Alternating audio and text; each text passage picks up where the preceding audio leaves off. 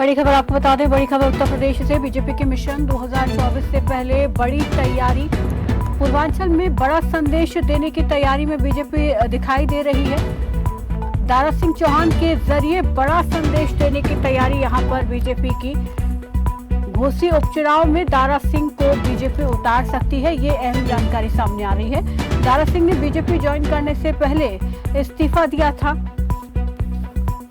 कल दारा सिंह चौहान ने भूपेंद्र चौधरी से भी मुलाकात की है और इस मुलाकात के बाद ये कयास लगाए जा रहे हैं कि उन्हें दोबारा से उतारा जा सकता है। प्रत्याशी बनाने का प्रस्ताव राष्ट्रीय अध्यक्ष को भेजा जाएगा। तो ये बड़ी खबर, पूर्वांचल में बड़ा संदेश देने की तैयारी दारा सिंह चौहान के जरिए। कहा जा रहा है कि घोसी सीट पर जो उपचुनाव होना है वहां से उन्हें बीजेपी अपना प्रत्याशी बना सकती है और भूपेंद्र चौधरी के साथ भी उनकी मुलाकात हुई है। कहा जा रहा है कि उन्हें प्रत्याशी बनाने को लेकर प्रस्ताव भेजा जा सकता है।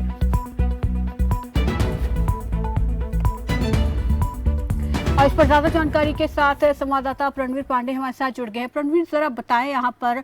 दारा सिंह चौहान के इस्तीफे के बाद सीट खाली हुई, अब उपचुनाव होना है और बीजेपी की तरफ से कहा जा रहा है कि बीजेपी उनको टिकट दे सकती है और एक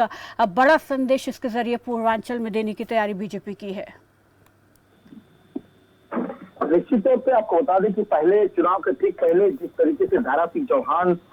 जो है भारतीय जनता पार्टी छोड़ करके गए थे और उसके बाद लोकसभा चुनाव के ठीक पहले, यानी कि जब उनकी कहीं ना कहीं समाजवादी पार्टी की सरकार नहीं बनी, जिनको वो कसाई लगाए थे, जो चीज वो समझ करके कहीं ना कहीं वो गए थे समाजवादी पार्टी में, तो उससे अब उन्होंने पुनः भारतीय जनता पार्टी ज्वाइन कर लिया और ज्वाइन करने के बाद कल जिस तरीके से वो प्रदेश अध्यक्ष भूपेंद्र चौधरी से मिले और भूपेंद्र चौधरी से मिलने के बाद उनकी एक रणनीति तय हुई कि उनको जो है फिर से भारतीय जनता पार्टी एक बड़ा जो है जिम्मेदारी देने जा रही है। उनको घोषित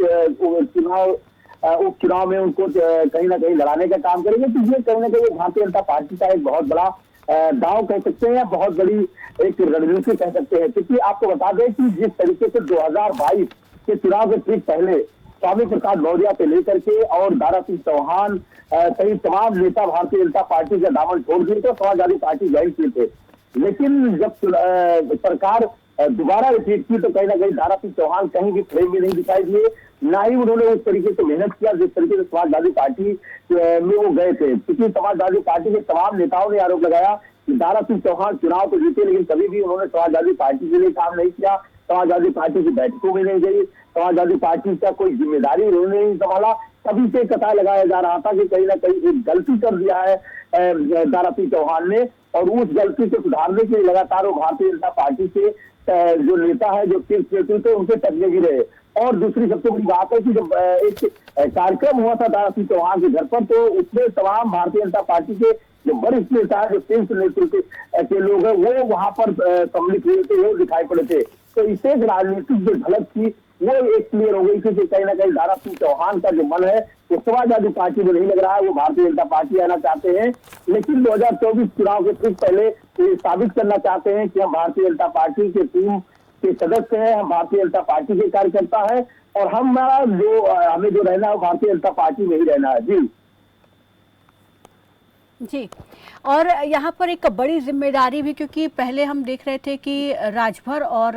दारा सिंह के जो है मंत्रिमंडल में शामिल होने के जो कयास हैं वो लगाए जा रहे थे, लेकिन अभी पहले एक तरीके से उन्हें अग्नि परीक्षा यहाँ पर देनी होगी क्योंकि उपचुनाव होना है और 8 अगस्त को होना है। तो ऐसे में पहले उपचुनाव जिताने की बड़ी जिम्मेदारी यहाँ पर दारा सिंह के कंधों पर है। अगर सफल होते हैं तो उसके बाद मंत्रिमंडल में भी जगह मिलने की संभावनाएं जताई जा रही हैं।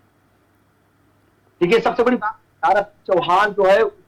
जीते हुए प्रत्याशी हैं, वो समाजवादी पार्टी के टेम्पल से जीते थे, लेकिन कहीं ना कहीं वो चुनाव जीते हुए प्रत्याशी हैं और अब उनको दोबारा उपचुनाव में कहीं ना कहीं जो भारतीय जनता पार्टी के सिंबल से लड़ेंगे, क्योंकि वो पहले जो चुनाव जीते थे समाजवादी पार्टी की तरफ से जीते थे, अब वो जो है भारतीय जनता पार्टी के सिंबल से चुनाव लड़ेंगे और जब वो भारतीय जनता पार्टी के सिंबल से चुनाव लड़ेंगे तो बहुत ज्यादा दिक्कत हमको नहीं लगता कि उपचुनाव में उनको पड़ेगा और कहीं ना कहीं वो भारतीय जनता पार्टी के सिंबल से चुनाव जीतेंगे और जीतने के ठीक पहले, जैसा आपने कहा कि 2024 चुनाव के पहले कहीं ना कहीं एक जिम्मेदारी मिल सकती है और उनको मंत्रिमंडल में कहीं ना कहीं शामिल किया जा सकता है, क्योंकि ओम प्रकाश राजभर भी अपने जो विधायकों के साथ कहीं ना कहीं भारतीय जनता पार्टी ज्वाइन कर लिए हैं। जिस तरीके से कसाय लगा जा रही है पश्चिम की एक बड़ी पार्टी की कि वो भी भारतीय जनता पार्टी में आ रही है, तो चूंकि दिल्ली की कुर्सी जो है वो उत्तर प्रदेश से होकर के जाती है, तो जब दिल्ली की कुर्सी उत्तर प्रदेश से होकर के जा रही है तो उत्तर प्रदेश के जो बड़े नेता है और जो अपने खास तौर पर जो पूर्वांचल का जो जातिगत समीकरण है उसको भारतीय जनता पार्टी ध्यान में रख रही है।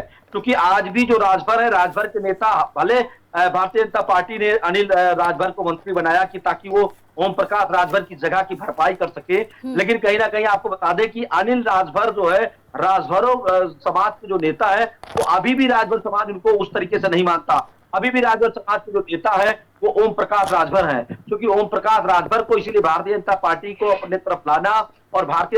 ओम प्रकाश राजभर का भी भारतीय जनता पार्टी की तरफ जाना, ये दोनों लोगों के लिए एक मजबूरी बनी हुई थी और अब दोनों लोग एक साथ हो गए हैं। विधानसभा सत्र में भी पहले देखा जाता था कि ओम प्रकाश राजभर बड़े ही कटाक्ष तरीके से हमलावर होते थे सरकार के ऊपर, लेकिन लगभग 3 दिन का सत्र 4 दिन का बीत गया, आज आखिरी दिन है, लेकिन ओम प्रकाश राजभर द्वारा किसी भी प्रकार से कोई कटाक्ष या कोई ऐसा देखने को नहीं मिल रहा है, क्योंकि अब वो सरकार की तरफ हो गए हैं, अब वो मंत्रिमंडल में शामिल होने जा रहे हैं, ऐसा कसाय लगाया जा रहा है। तो कहीं ना कहीं जो सुर चेंज हो जाते हैं जब पार्टियां चेंज होती हैं। जी शुक्रिया प्रवीण पांडे हमारे साथ जुड़ने के लिए, इस तमाम जानकारी के लिए। तो पूर्वांचल को साधने की कोशिश यहाँ पर बीजेपी की तरफ से दारा सिंह के जरिए की जाएगी। घोसी उपचुनाव होना है और यहाँ पर जानकारी ये है कि उनको प्रत्याशी भी बनाया जा सकता है और साथ ही साथ हालांकि उनके लिए चुनाव जीतना बहुत बड़ी अग्नि परीक्षा नहीं मानी जा रही है, क्योंकि वो ऑलरेडी यहाँ से जीते हुए प्रत्याशी हैं, लेकिन दूसरी पार्टी की तरफ से वो जीते थे, लेकिन अब बीजेपी की तरफ से यहाँ पर जीतेंगे तो मंत्रिमंडल में भी जगह मिलने की संभावना है।